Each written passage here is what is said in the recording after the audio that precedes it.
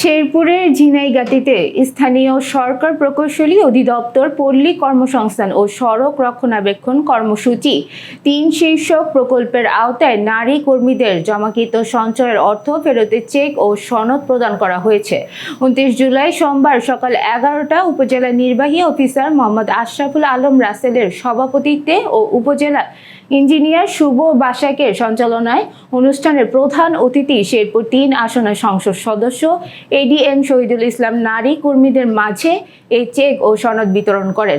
এ সময় অনুষ্ঠানে অন্যান্যদের মাঝে উপস্থিত ছিলেন উপজেলা চেয়ারম্যান আমিনুল ইসলাম বাদশাহ, ওসি মোহাম্মদ বসির আহমেদ বাদল, উপজেলা ভাইস চেয়ারম্যান রকিবুল ইসলাম রকুন, উপজেলা আওয়ামী লীগের সাধারণ সম্পাদক বিশ্বজিৎ রায়, উপজেলা যুবলীগের সভাপতি আবুল কালাম আজাদ, সাধারণ সম্পাদক শাহ আলম সহ ইউপি চেয়ারম্যান মুক্তিযোদ্ধা ও উপজেলা পর্যায়ে অন্যান্য দপ্তরের কর্মকর্তাবৃন্দ।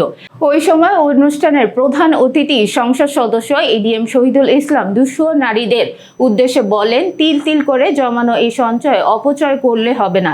এই সঞ্চয় আপনাদের ভবিষ্যৎ।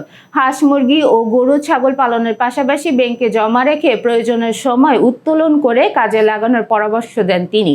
পরে দুস্থ নারীদের জমাকৃত সঞ্চয়ের টাকা জনপ্রতি ১,২০,০০০ করে মোট ৬৯ জন নারীকে ৮২,৮০,০০০ টাকার চেক ও সনদ হাতে তুলে দেওয়া হয়।